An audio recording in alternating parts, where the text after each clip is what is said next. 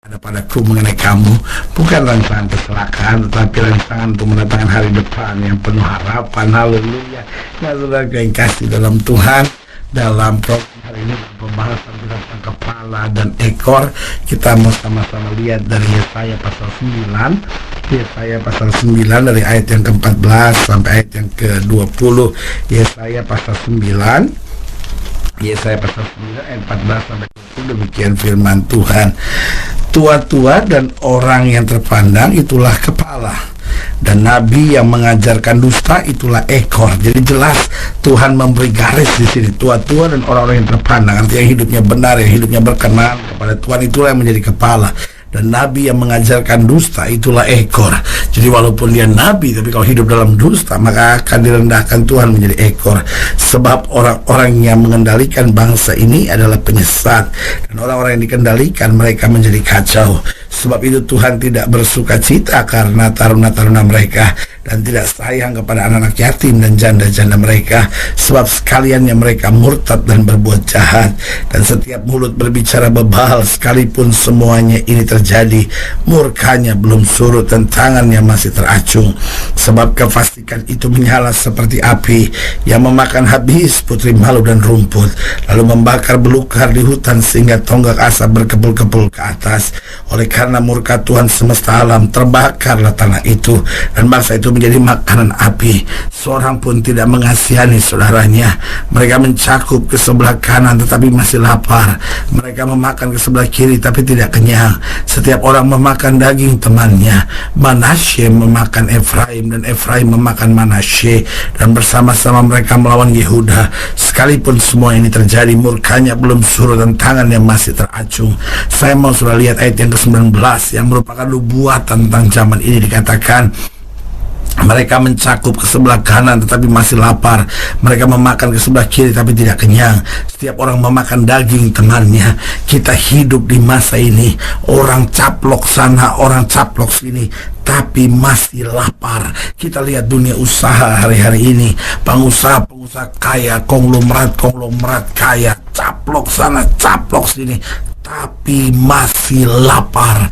Artinya apa? Masih merampas hak orang miskin, masih mensikat piring makan orang lain, masih hajar meja makan orang lain, dan tetap masih belum kenyang, masih lapar. Nah, saudaraku yang kasih dalam Tuhan, apa yang terjadi? Akhirnya memakan daging temannya sendiri, sikat bisnis temannya sendiri, orang-orang yang dekat dengan dia kalau perlu dikhianati sendiri. Saudaraku yang kasih dalam Tuhan, ini yang kita lihat sedang terjadi. Tetapi kita harus menyikapi dengan benar, karena Tuhan tetap Allah yang mengendalikan segala sesuatu. Kalau Dia tetapkan kita menjadi kepala, situasi bagaimanapun kita naik. Tapi kalau Dia tetapkan kita jadi ekor, dalam kondisi bagaimanapun Tuhan akan merendahkan kita. Pertanyaannya, kapan kita menjadi kepala dan kapan kita menjadi ekor? Yang pertama saya pelajari, kita akan menjadi kepala jika kita menjadi pelaku firman.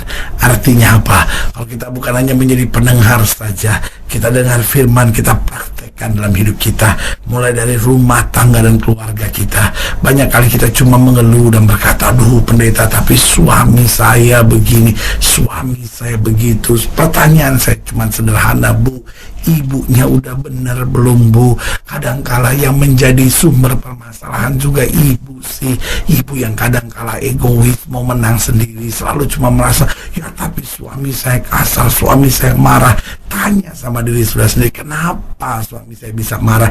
Jangan-jangan engkau yang memang memancing amarah itu, Bu, untuk mengeluh, untuk buat orang lain percaya bahwa mereka yang salah itu gampang, Bu. Tetapi untuk mengakui kesalahan dan koreksi diri, karena kalau kita cuma tuding orang lain salah, keadaan nggak akan berubah. Orang lain berubah, kita tetap punya kesalahan dia. Itu kan biasanya orang, kan dia selalu lihat orang lain salah, orang itu udah berubah, masih salah buat dia. Kenapa? Persoalannya ada di sikap kita, bukan pada orang lain. Tetapi kalau sikap kita benar, situasi bagaimanapun kita tetap bisa jadi berkat. Karena itu, siapa yang menjadi kepala? Kita akan menjadi kepala jika kita menjadi pelaku firman. Tetapi sebaliknya, Kita akan menjadi ekor jika kita tahu firman tapi tidak melakukan. Karena kita bilang orang yang mendengar firman dan tidak melakukannya, dia sama seperti orang yang bodoh. Dia akan melalui badai dan rumahnya tidak akan tahan. Hancur dan hebatlah kerusakannya. Berarti ingat, kita akan menjadi kepala jika kita menjadi pelaku firman, tapi kita akan menjadi ekor jika kita tahu firman tapi tidak melakukannya. Yang kedua, kapan kita menjadi kepala dan kapan kita menjadi ekor? Kita akan menjadi kepala jika kita hidup dalam kasih. Artinya kalau kita mempraktekkan kasih, kita mengampuni orang yang bersalah, kita belajar menerima orang lain apa adanya, maka Tuhan akan angkat kita menjadi kepala. Tapi sebaliknya, kita akan menjadi ekor jika kita hidup dalam keegoisan.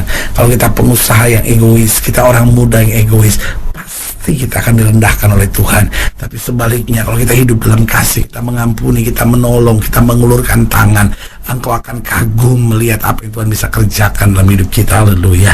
Dan yang ketiga, kita akan menjadi kepala jika kita hidup dalam kejujuran. Artinya dalam usaha kita jujur, dalam pelayanan kita jujur, dalam keseharian di tengah-tengah keluarga kita hidup dalam kejujuran.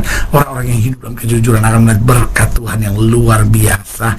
Tapi sebaliknya, kita akan menjadi ekor jika kita hidup dalam dusta.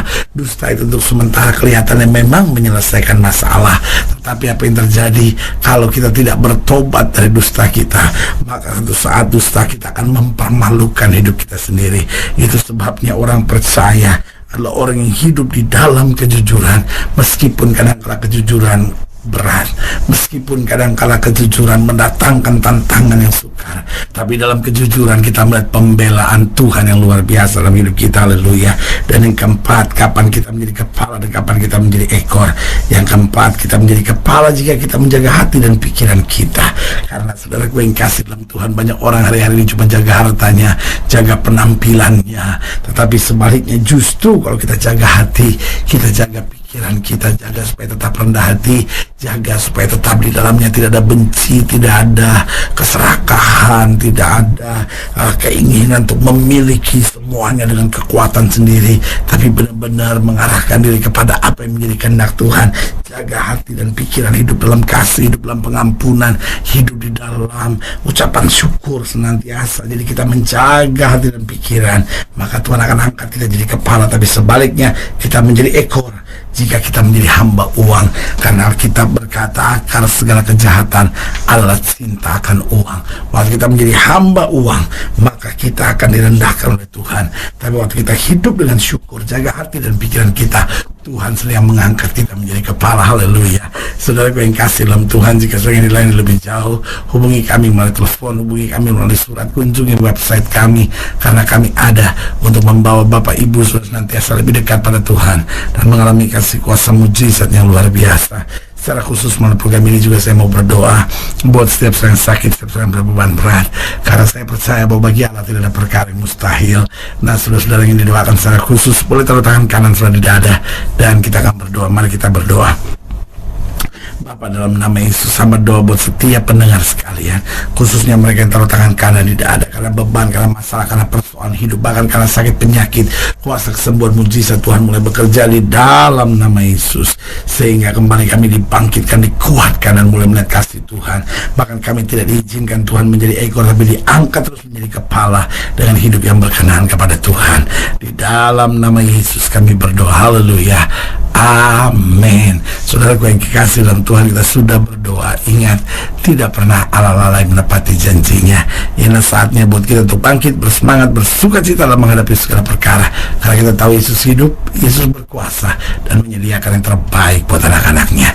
Doa saya menyertai saudara. Sampai berjumpa pada program berikut, dan jangan lupa jadikan hari ini harinya Tuhan.